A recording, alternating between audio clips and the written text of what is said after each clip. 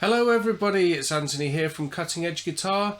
Today's lesson is another quick tip lesson, and today we're going to be looking at an effective way to be practicing scales, okay? This is just one of many effective ways to practice them. This is really useful for understanding interval relationships and training your ear, okay? So, I'm going to be looking at doing this with modes of the major scale today. Now, where a lot of guitar players get confused with modes is that they will start playing in any key, for example, key of A, and say, right, this is A major.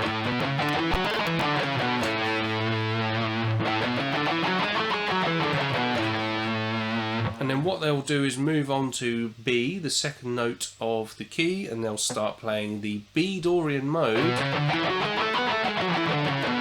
And then move up to C sharp Phrygian and play the modes that way.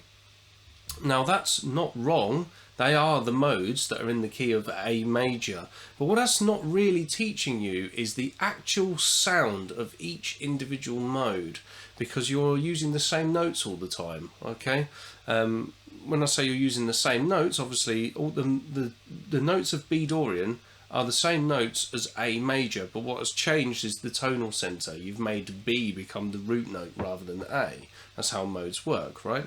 Now, if you practice them this way, you won't quite grasp the sound, the actual, what changes in the sound, the characteristics of each mode in the same way as if you practice them in parallel. So what I mean by practicing them in parallel is instead of going from A major to B Dorian and C sharp Phrygian, if we constantly use A as our root note and play A major, then play A Dorian and A Phrygian, you're hearing the differences each time in what the modal characteristics are, or the characteristics of each mode, should I say. So this is a really effective way to learn the sound of each mode. It also really helps with learning what the interval differences are, like the formulas of each mode. So when we're playing the major scale, it's 1, 2, 3, 4, 5, 6, 7, back to the root. When I change to my Dorian mode, I've got 1, 2, flat 3. Now, because we're practicing it this way, we can see that we used to have major third, and now we're going to bring it back down to minor third, or major like 3 and flat 3, okay? So, Phrygian 1, flat 2. It's very obvious that we can see that change, not just hear about it as an interval formula or whatever. You can see it physically changing on your guitar.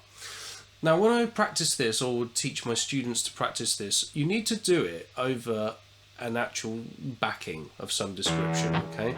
So you can either use a loop pedal and just loop up an A root note, or you can use something called a drone track. Now, I've uploaded a drone track onto my YouTube channel. It's in the key of A, so you can check that out to practice this over. Now, what the drone track is, it's just a drum beat with an A bass. I'm just using, like, bouncing between 2 octaves of A, and then I've got a synth pad which is just playing me an A root note as well. So there's no harmony, there's no thirds, or there's no sevenths or anything. That's all telling you different things, different information.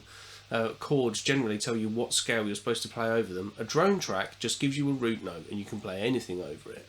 So then what I'm going to do is I'm going to play all of the modes over that drone track, and I will hear the differences, and I'll be teaching myself the formulas and the sounds at the same time by playing through the shapes. Now, what I've done, I've also put the scale shapes on my website. The link is in the description, so you can download those and have a look at the shapes and see what the actual interval formulas are, what's changing and all that sort of thing. And yeah, the exercise, basically, how I would do this, where I play up and down each scale twice and then move on to the next mode. I use 3 notes per string to do this. Now, when I'm using 3 notes per string, to make this work rhythmically, you can only use 2 notes on the top. So it would come out like this.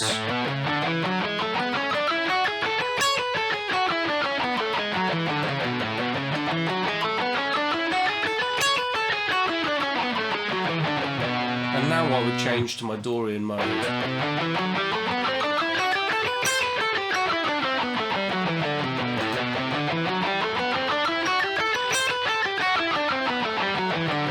And of course Phrygian.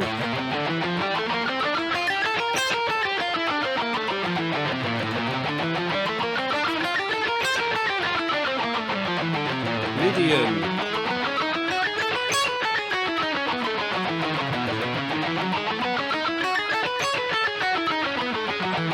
MIXOLYDIAN.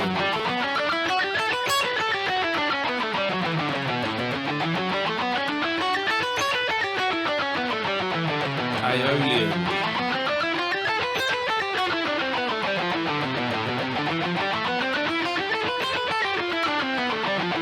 And finally LOCRIAN.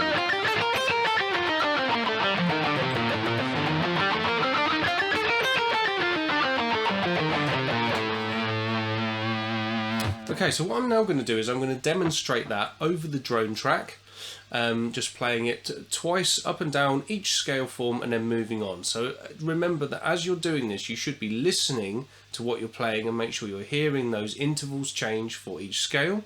But then also make sure that when you're playing away from the track, that you give yourself the time to think, what are the intervals that are changing? And you'll really learn, instead of just theoretical formulas that are written, it will make sense to you on the fretboard. Okay.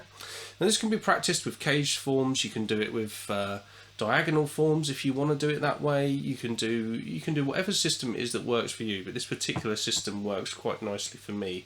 I'm going to play it over the drone track now, and as I say, if you follow the link in the description, you'll see the scale charts, and I've also written up on the blog post there, I've written up the formulas for them each mode and just a little bit of background information to those if you should need it. Okay guys, I'll play straight through this and then I'll end the video there. So I will say goodbye for now, and I will see you in the next lesson.